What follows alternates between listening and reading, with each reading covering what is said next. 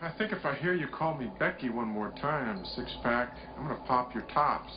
All six of them. Who are you?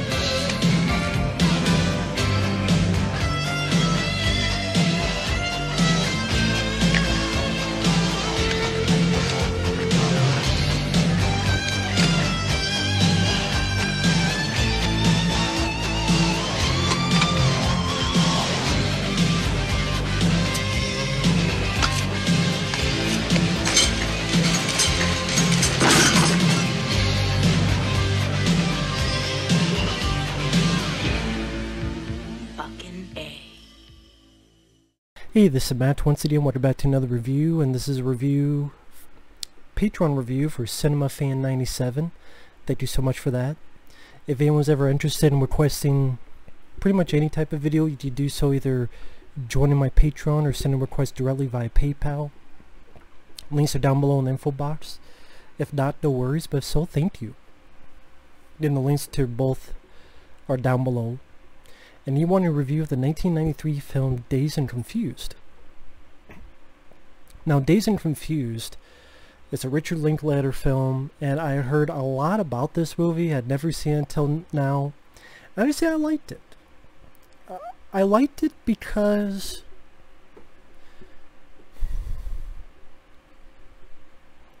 I'm trying to find the best way to put it. It felt natural. The dialogue, the acting, is just a day in the life of these characters, where you have freshmen being hazed by the older senior classes. You don't have big stories going on. It is sort of a slice of life. I guess the only big story is Jason London. There's this thing they're supposed to sign that, hey, don't do anything wrong in the summertime so that you could get your bid pick at being in the football. So, other than that, I mean, that or this young freshman sort of getting pulled into the cool crowd, and but even then, it's nothing too dire, it's nothing too extreme, it's nothing depressing. Again, it just showed sort of a slice of life during this time period. And this seems like a film that someone like Kevin Smith would have their finger into, which is funny because Clerks, one of the inspirations for that was a Richard Linklater film, and I already forgot what the name of that film was. I'm sure if I look it up real quick I'll find it, but there's even a pop culture piece of dialogue, which, I mean, Tarantino would do some of that, Kevin Smith would do some of that. Here it's some girls talking about how Gilligan's Island is a male pornographic fantasy because you have these two girls. You got the everyday girl, or you have the movie star. And pieces of dialogue like that was fun. The movie Slacker, that's the movie I was thinking of, Richard Linklater, because Kevin Smith was inspired by Slacker, seeing that by Richard Linklater. And then that's why Kevin Smith did Clerks.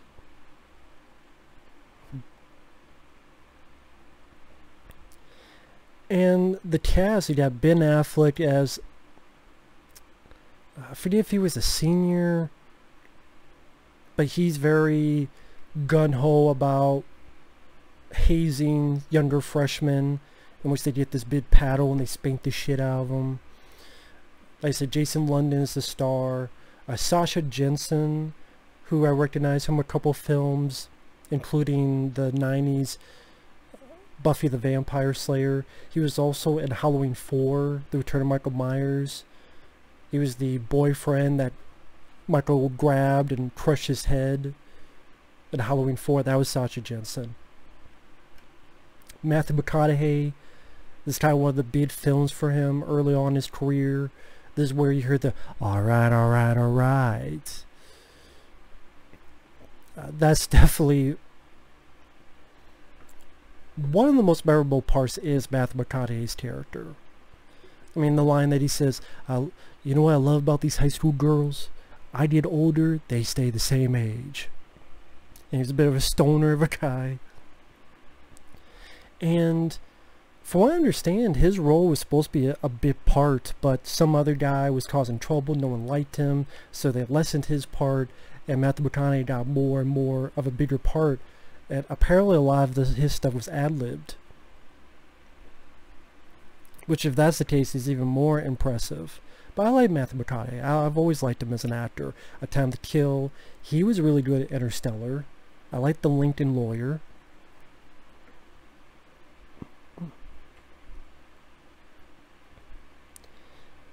But yeah, you either got the younger kids being hazed, the boys get paddles on their asses, other girls haze them with ketchup and mustard and flour and all shot onto them while they're on the ground.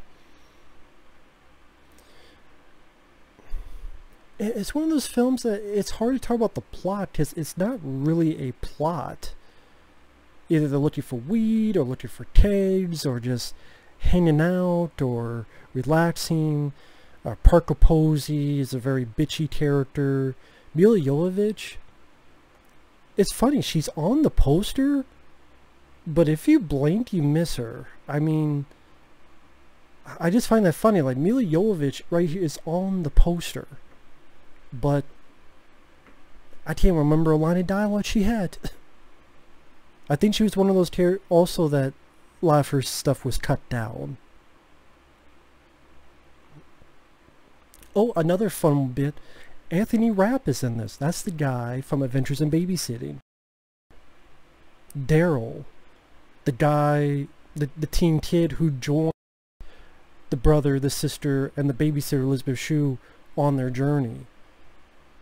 He's in this, which is pretty cool because I did not get to see him in a lot of other roles. It was cool to see him in that.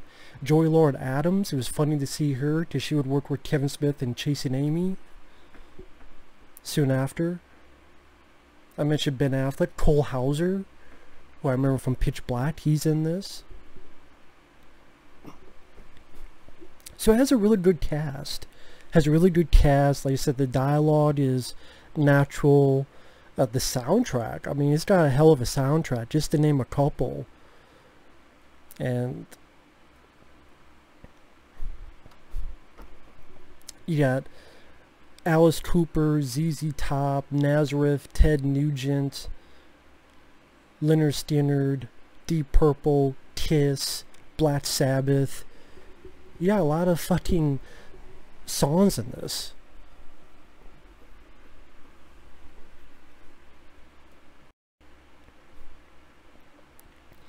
And it's hard to review this film because this is a movie that's been talked about so much. What the hell could I bring to the table of this movie? The movie takes place in the 70s. And maybe it's trying to tell that whole story about how people are... They thought the 60s were bad. It's the late 70s. They're going to get close to the 80s. It's like, hey, the 70s sucked as well. Maybe the 80s will be great.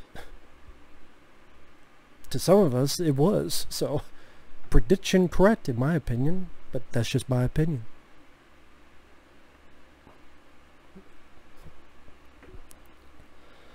again, there's times where they play mailbox baseball, where they're in a car and they're smacking mailboxes down, and a guy comes out with a gun, but they're able to escape before he can fire.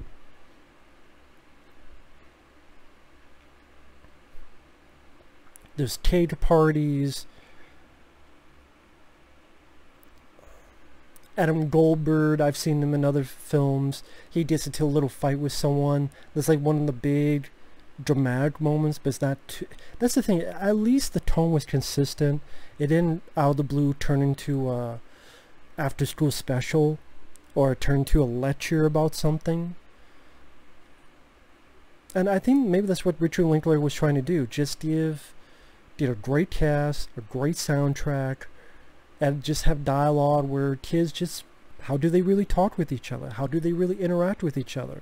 They're talking about, where's the party? Where did you get the keg? Where did you get the weed? Shit like Gilligan's Island, rock music, Kiss. And then that's pretty much it. I don't know, I guess I'm surprised that critics liked it because it just seems like a movie critics will look down upon for various bullshit reasons.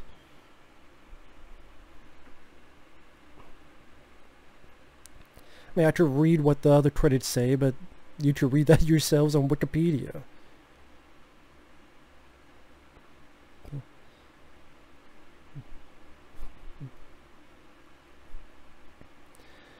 It's one of those things where I wouldn't say I related to any of the characters, because I don't do this, and I don't drink unless water and mellow yellow.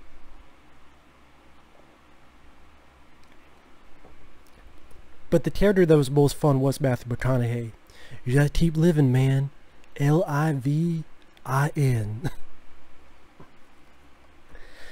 I think if you haven't seen it and you just want a fun, easygoing, straightforward, chill, relax, good cast, try to be a slice of life of the 70s. I guess in a weird way, a little bit like American Graffiti did for the 50s. Although American Graffiti did seem like it had a little bit more story compared to this. But just that both are representations of their time periods, made by very different filmmakers, George Lucas, Richard Linklater.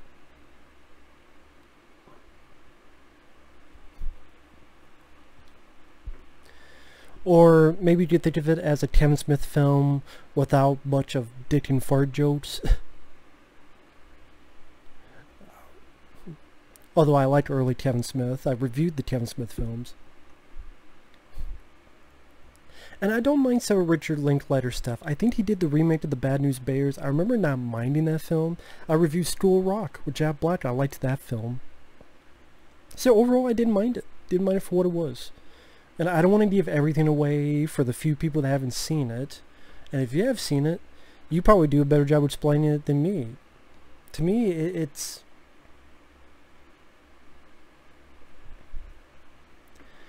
a script that is interesting, even though it's not trying to be too deep. Which is kind of fine, because it wasn't preachy at all. Which, to certain of the films we get today, that's kind of refreshing. So it's easy to watch, it was easy to sit through, and the kick-ass soundtrack helps too. And it was cool to see people like Ben Affleck, Matthew McConaughey, like all these people early in their career. And the funny about Ben Affleck will work with Kevin Smith. Same with Joy Lauren Adams. And both of them would be in Chasing Amy. Go figure.